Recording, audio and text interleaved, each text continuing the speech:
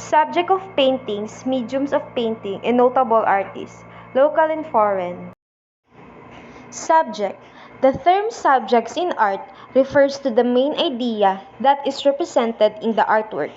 The subject in the art is basically the essence of the piece.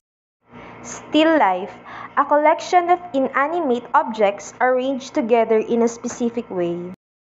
Landscape, natural scenery such as mountains, cliffs, rivers, and etc. Nature, a focused view or interpretation of specific natural elements. Portraiture, an image of a particular person or animal or group thereof. Day of the Dead, a Mexican holiday with a vibrant artistic tradition. Medium of paintings. Medium refers to the different materials or supplies that an artist utilizes in order to create a work of art. Painting is the application of pigments to a support surface that establishes an image, design, or decoration. In art, the term painting describes both the act and the result. Most painting is created with pigment in liquid form and applied with a brush. Encaustic is a Greek word meaning to heat or burn in. Encausticus. Heat is used throughout the process from melting the beeswax in varnish to fuzzing the layers of wax. Tempera combines pigment with an egg yolk binder, then thinned and released with water. Like encaustic, tempera has been used for thousands of years. It dries quickly to a durable matte finish. Tempera paintings are traditionally applied in successive thin layers, called glazes. Paintings leave built up using networks of cross-hatch lines. Because of this technique, tempera paintings are known for their detail. Fresco.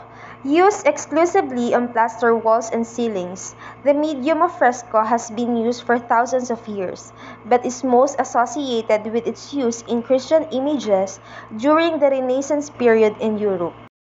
Acrylic. Fast-drying paint made of pigment suspended in acrylic polymer emulsion and plasticizers, silicone oils, defoamers, stabilizer, or metal soaps. Acrylic paints are water-soluble but become water-resistant when dry.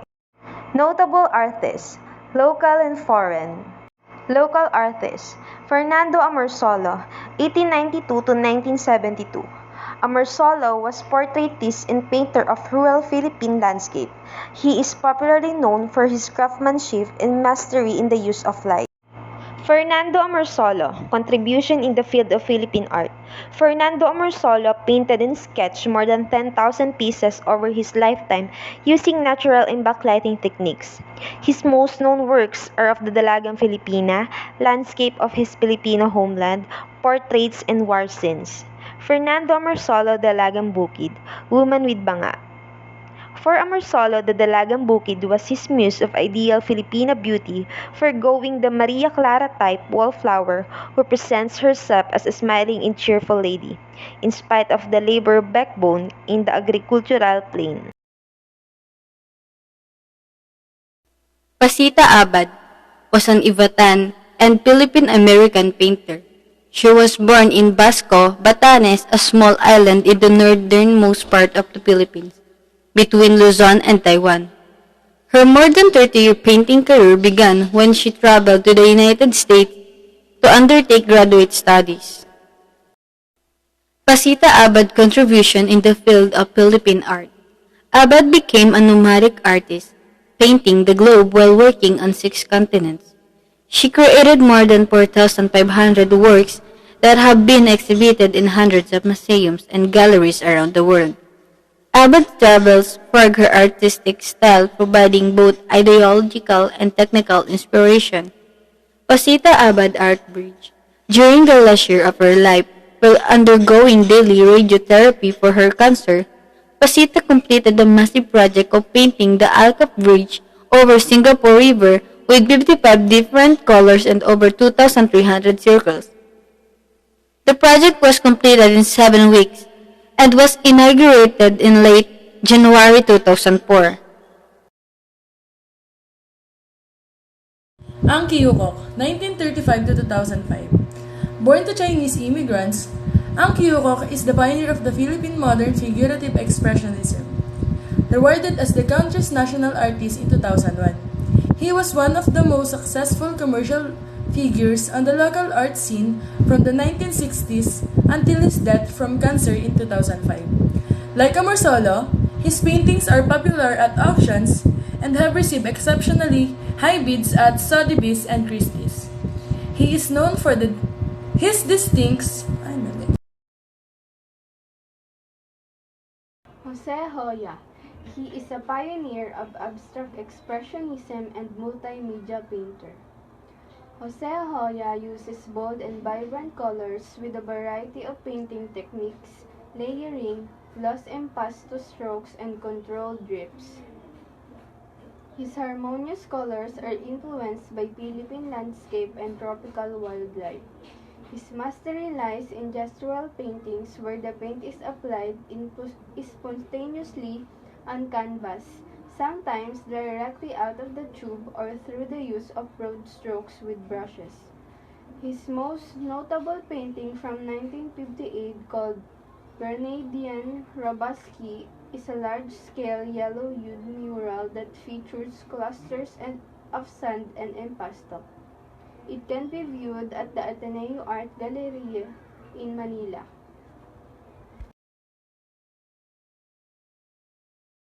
Kidlat Tahimik, 1942 to present.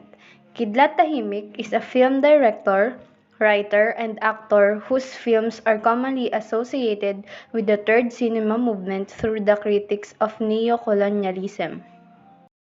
He was recognized in 2018 as National Artist of Philippines for Film, a conferment which represents the Philippines state's highest recognition for artists. Agnes Arellano, 1949 to present. She is born to a family of prominent male architects. Sculptress Agnes Arellano is best known for her surrealist and expressionist work in plaster bronze and cold cast marble. Her sculptures highlight the female body and draw for themes surrounding sexuality, religion, and mysticism, borrowing from the term of poet Jared Manley Hopkins. Agnes attributes her work to inscape that assert an internal unity among various elements in her installation and sculpture.